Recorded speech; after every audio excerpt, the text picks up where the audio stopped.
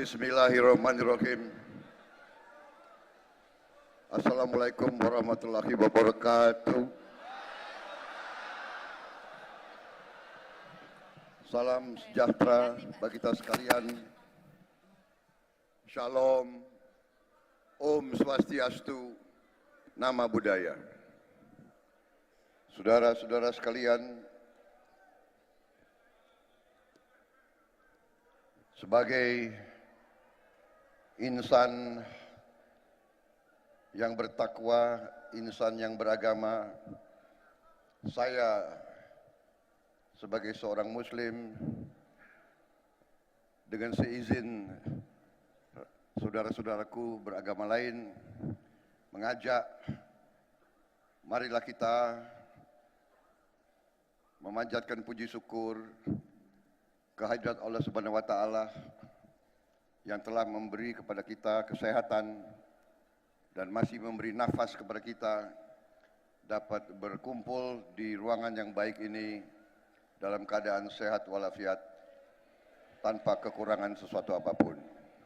Juga sebagai seorang muslim tak lupa kita menyampaikan selawat dan salam kepada junjungan kita baginda Nabi besar Muhammad Rasulullah Sallallahu Alaihi Wasallam. Tentunya sebagai bangsa Pancasila kita menghormati saudara-saudara kita dari agama lain yang tentunya punya junjungan juga yang mereka hormati dan mereka junjung tinggi. Saudara-saudara sekalian, pada siang hari ini adalah mungkin aktivitas resmi dalam rangka kampanye Presiden Republik Indonesia dan Wakil Presiden Republik Indonesia masa bakti 2, dan secara 15 dan 16 kita masuk ke masa tenang di mana kita 17 April yang akan datang kita bersama-sama melaksanakan kita wujud bentuk sistem politik yang telah kita pilih sebagai bangsa. Wujudnya kedaulatan rakyat ini, wujudnya adalah sistem yang disebut demokrasi, yang di ujungnya wujudnya adalah pemilihan di kotak suara, di mana setiap rakyat punya hak yang sama, di mana setiap suara rakyat adalah sakral, karena itu adalah pilihan dia. Setiap usaha dari kemurnian pemilihan suara rakyat adalah pengkhianatan terhadap cita-cita pendiri bangsa ini. Mereka-mereka yang hendak melakukan penyelewengan dan mereka-mereka yang membiarkan penyelewengan adalah orang-orang yang berkhianat kepada negara dan bangsa.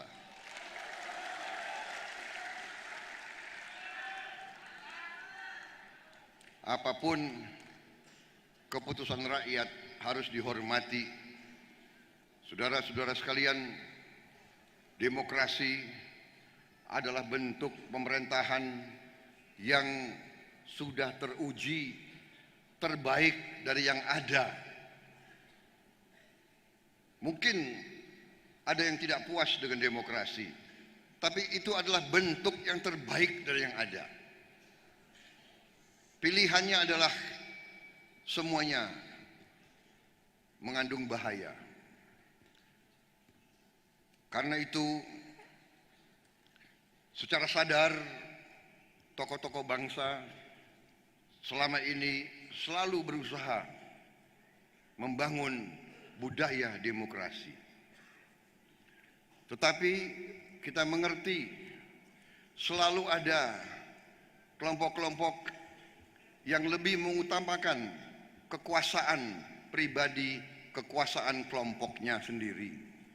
Dan demi mempertahankan kekuasaan, bersedia melakukan hal-hal yang tidak menguntungkan bangsa dan negara.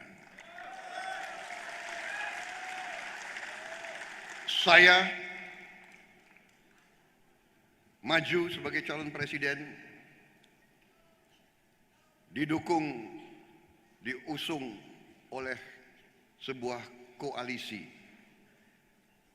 yang kita sebut Koalisi Indonesia Adil Makmur, yang terdiri dari partai-partai tertentu, Partai Keadilan Sejahtera, Partai Demokrat, Partai Berkarya, tentunya juga partai kita dari Ijtimah, dukungan dari kiai-kiai besar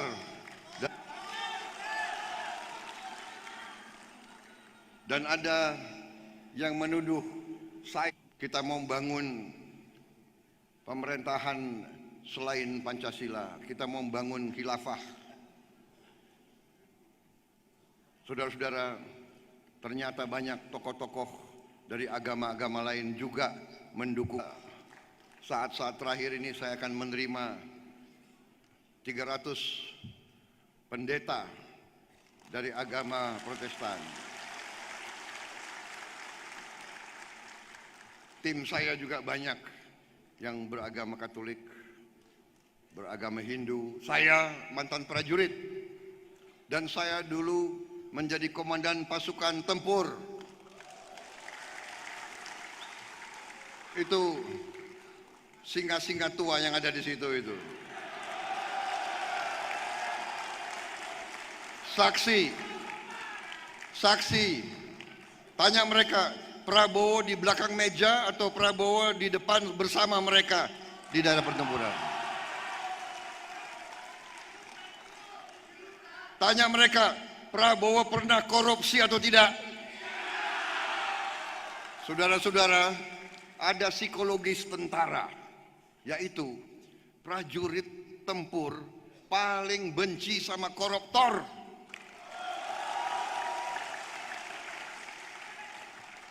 Dulu zaman Orde Baru nggak ada sosmed. Jadi kalau ada komandan ditangkap anak buah karena korupsi, nggak pernah keluar. Kita tutup. Tapi prajurit tidak suka dengan atasan-atasan yang maling. Ada istilah mereka, istilah prajurit. Istilahnya adalah kapal keruk. Betul. Jadi anak buah kalau lihat atasan, mau kolonel, mau jenderal, mau bintangnya sak dada, tapi kalau sudah terkenal kapal keruk, si prajurit akan bilang, ah itu jenderal kapal keruk.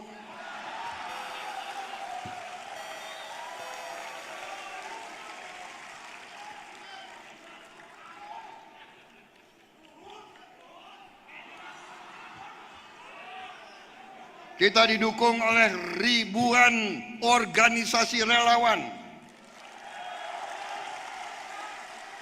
Yang paling militan adalah partainya emak-emak.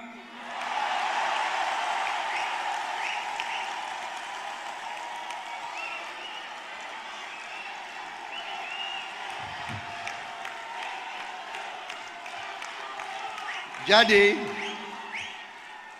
Waduh, ini sudah mulai ngaco ini. Ada televisi loh. Kita harus tertib.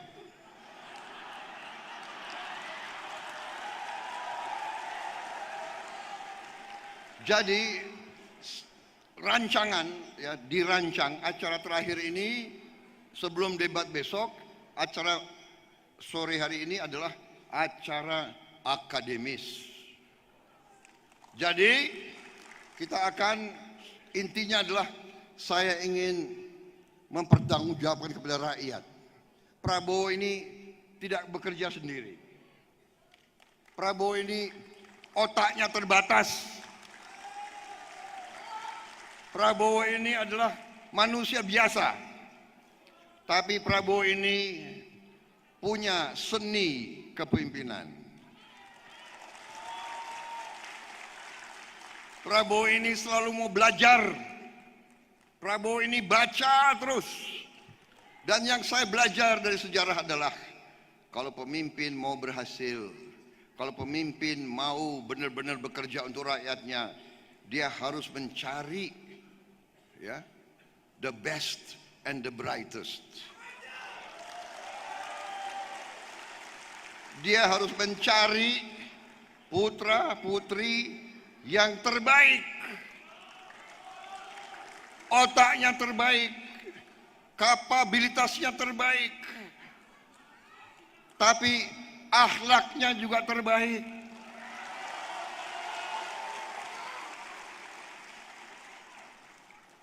Kami tidak perlu seorang brilian yang punya sederet gelar, profesor, doktor, insinyur, MM, MBA, MSA, MSc, MCH, MCK.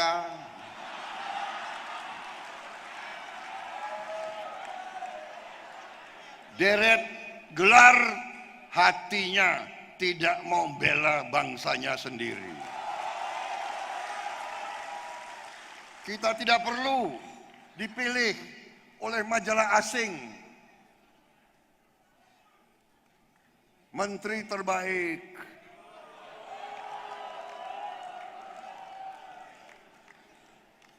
Bung Karno pernah mengajarkan, kalau kau banyak dibenci oleh bangsa lain, jangan-jangan orang ini yang paling setia kepada bangsa dan rakyatnya sendiri.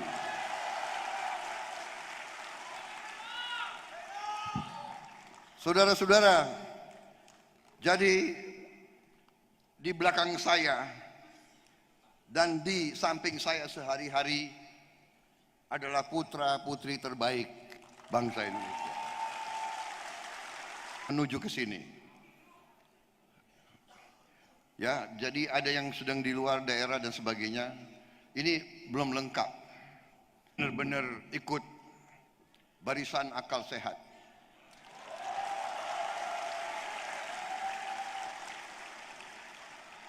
Barisan yang cinta tanah air. Saya tidak tanya apakah mereka berasal dari mana. Ada yang independen, ada yang tidak bersih, ada yang nggak bisa pakai dasi.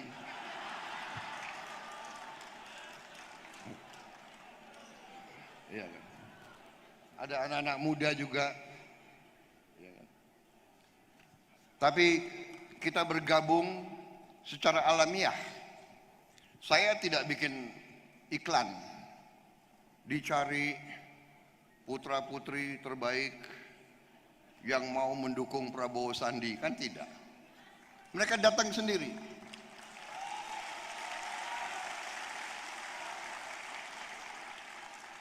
8 bulan kita berjuang sudah. Benar saudara-saudara? Saudara-saudara kesini dikasih amplop atau tidak? Kalaupun dikasih amplop pasti isinya kosong. Bahkan di mana-mana kami yang diberi sumbangan dari rakyat kecil.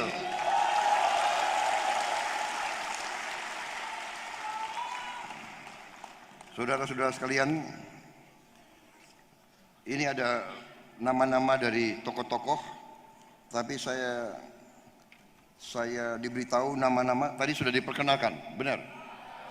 Betul? Mau diperkenalkan lagi? Hah? Yang mau angkat tangan. Yang tidak mau angkat tangan. Menang yang mau. Berarti demokrasi. Mak-mak teriak-teriak, tahu nggak arti kleptokrasi? Tahu? Tahu? Klepto maling, kerasi berkuasa, kleptokrasi berkuasa maling-maling.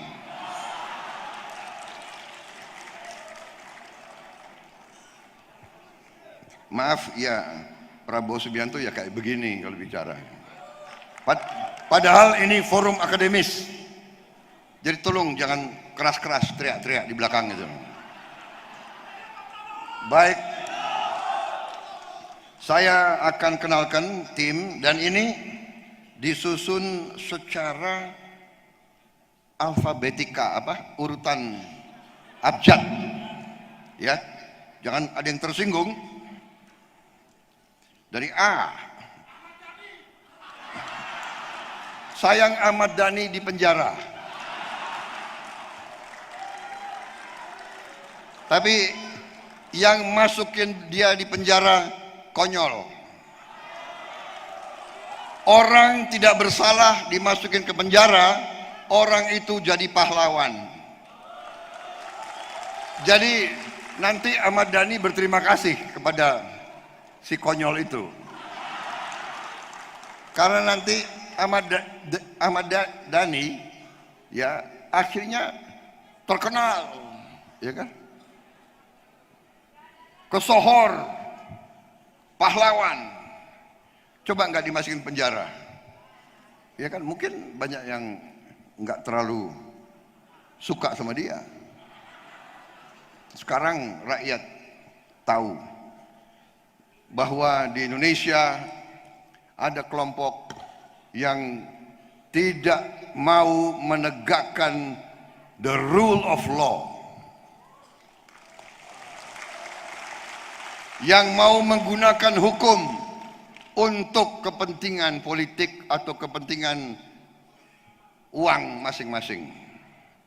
Saudara-saudara sekalian, saya kenal Yahya Datun, Arifin Seman, Bambang Haryo Sukartono, Bambang Susanto Priyohadi, Bambang Wijayanto, mantan Wakil Ketua KPK, Bembi Uripto, Deputi Bappenas, Budi Jatmiko, Ketua Profesor. Tadi kita sudah dengar Bapak Dahlan Iskan, Bapak Daniel Anzar Simanjuntak, Dian Islamiyati Fatwa, Profesor Dr. Didi J. Rahbini, Dirga Yuza Setiawan, Derajat Wibowo, Edi Suparno, Erwin Aksa, Ferry Mursidan Baldan, Profesor Dr. Firman Syah, Rektor Paramadina. Banyak juga rektor ke kita ternyata. Saudara Fuad Bawazir, Menteri Keuangan Republik Indonesia, yang tidak menohok Pak Harto dari belakang.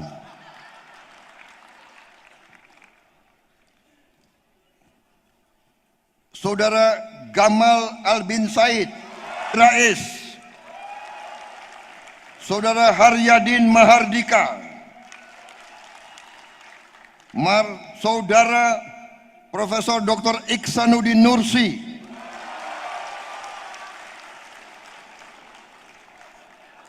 agak botak kepalanya.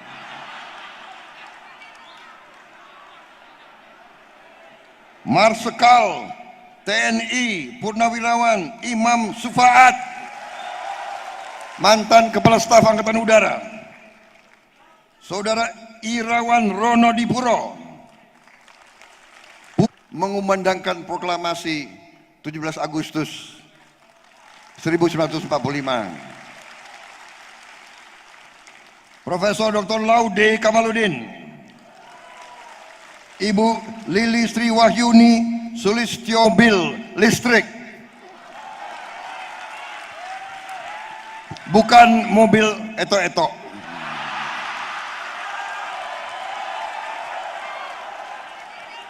Mul Fahri Harahap, Wakil Ketua Komisi 3 DPR. Ibu Nani S. Deyang, Wakil Ketua Badan Pemenangan Nasional Prabowo Sandi. Saudara Natalius Pigai,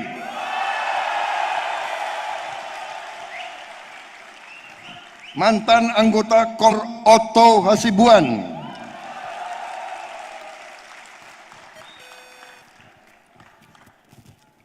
Nggak ada tampang khilafah itu. Priyo Budi Santoso, Putra Jaya, ahli pertanian. Ibu Rahayu Saraswati, Saudara Rauf Purnama, Saudara Rocky Gerung,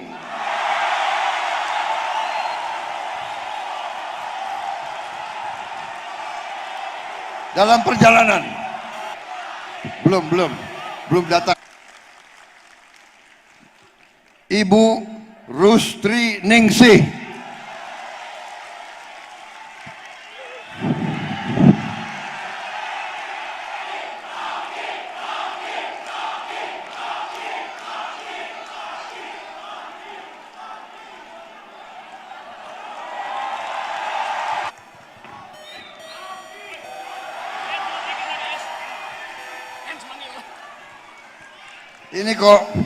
ini kok timingnya memang ahli psikologi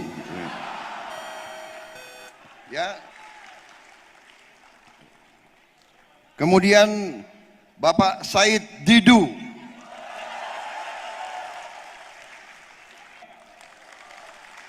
Bapak Said Didu ini adalah mantan sekretaris menteri negara. Tadi Said Iqbal, Ketua Umum KSPI.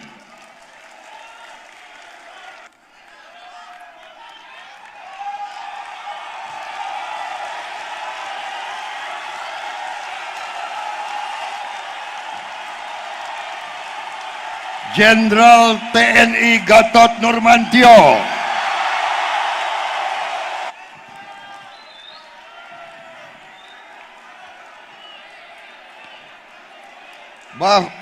Profesor Dr. Salim Said,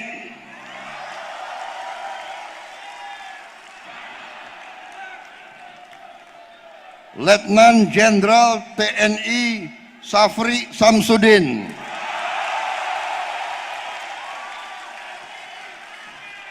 mantan Wakil Menteri Pertahanan, Wakil Ketua Komisi 11 DPR, Ketua Gerindra Jawa Timur. Mohon dipilih kembali.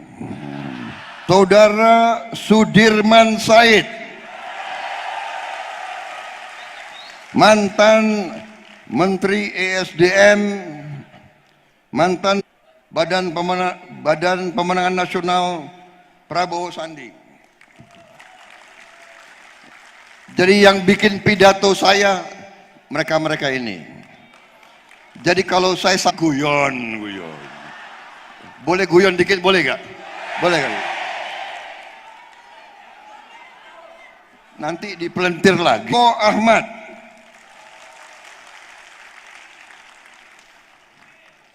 ahli hukum Wiranegara. Saudara TNI Purnawirawan Tejo Etor Polhukam, mantan Kepala Staf Angkatan Laut, Saudara Teguh Santosa,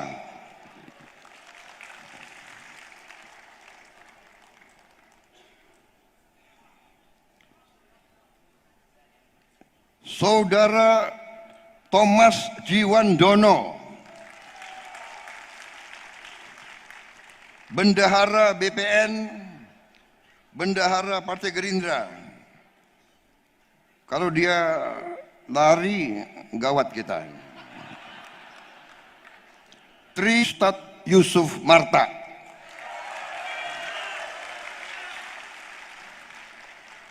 Saudara Wisnu Wardana,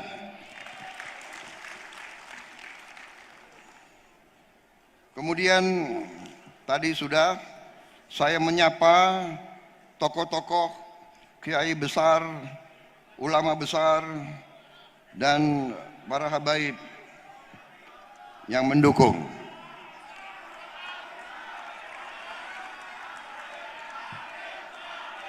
Maimun Zubair, Kiai Haji Wafi Maimun Zubair dari Sarang Rembang, Kiai Haji Kholil Asaat Samsul Arifin dari Situbondo, Kiai Haji Hasib Wahab Hasbullah, putra pendiri NU, Kiai Haji Hashim Karim, cucu pendiri NU, Kiai Haji Irfan Yusuf Hashim, putra Pak Ud, cucu pendiri NU, Kiai Haji Abdullah Siroj, Kiai Haji Nur Bakbud,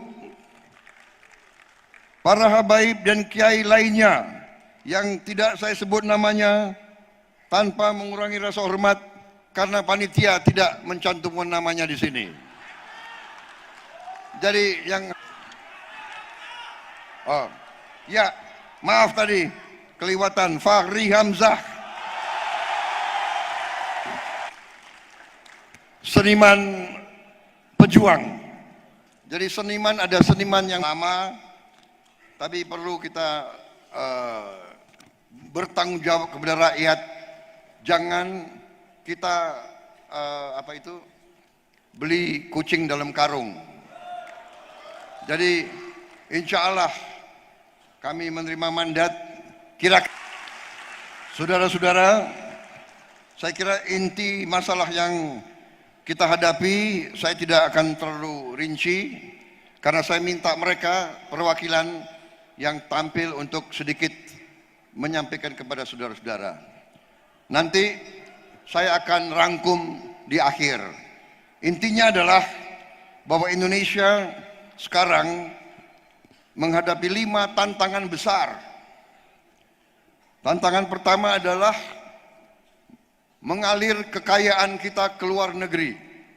Kekayaan Indonesia tidak tinggal, harus bisa menghentikan larinya kekayaan keluar. Dengan saya minta slide yang ada sedikit rincian kekayaan kita di luar negeri. 4, ya, seharusnya menurut KPK penerimaan negara 4.000 triliun, ternyata bocor setengahnya, bocor lagi 40%. Berarti yang sampai ke rakyat hanya sepertiga, kurang dari kekayaan bangsa Indonesia. Ini yang masalah. 2/3 bocor, hanya sepertiga kekayaan bisa dinikmati oleh bangsa kita. Ya, 1.000 triliun itu. Ini tantangan utama kita. Pemerintah yang akan datang harus bisa. Akan minta mereka-mereka yang bersedia membantu saya, mereka harus berpikir, mereka harus merencanakan, dan mereka harus memberi kepada saya langkah-langkah yang selanjutnya. adalah bahwa terjadi ketimpangan, kekayaan yang ada pun terbaginya sangat tidak adil, bahwa segelintir orang menguasai sebagian besar kekayaan Indonesia. Kalau orang, maka satu orang terkaya akan memiliki 75% kekayaan negara.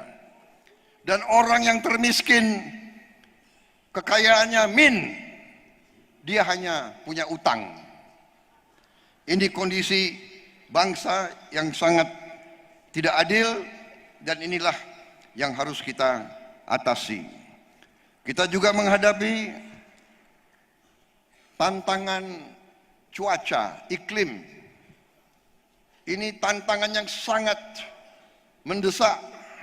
Tapi elit di Jakarta tidak berpikir ke situ. Kalau kita lihat di peta ini, ya, yang berasal dari Center for Remote Sensing of Ice Sheets, diperkirakan kalau permukaan laut naik 5 meter, Surabaya tenggelam. Jakarta tenggelam, pantai utara Jawa tenggelam. Ini harus kita siap-siap sekarang. Tidak mungkin pemerintah yang tidak kuat dan tidak benar, pemerintah yang terlalu banyak kebocoran bisa mengatasi ini. Dan ini bukan, tentunya kita menghadapi masalah pangan, masalah energi dan cukup air bersih di banyak wilayah Republik.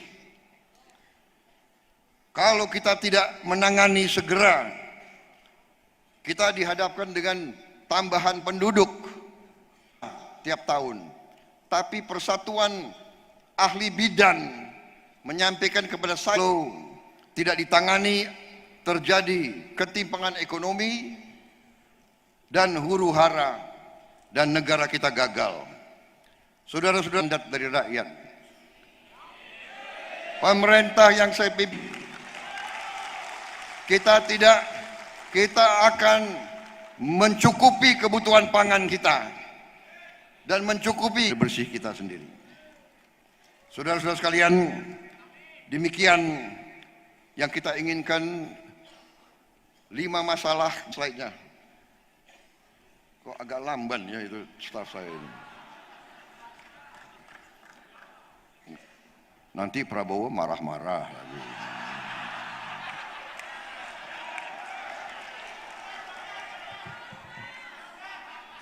Kadang-kadang pemimpin, guru, bapak harus marah. Ke sekolah, nak bangun sekolah, nggak mau, anaknya sendiri. Betul, ya kan? Nak tidur, sudah malam, nggak ada. Sama di tentara, komandan pasukan tempur menghadap anak buah pagi-pagi. Siap gerak. Selamat pagi, saudara-saudara. Bisa tempat. Hari ini kalian mau lari atau mau duduk-duduk aja? Ada komandan kayak begitu yang berhasil. Ada. Jadi jangan persoalkan Prabowo marah-marah.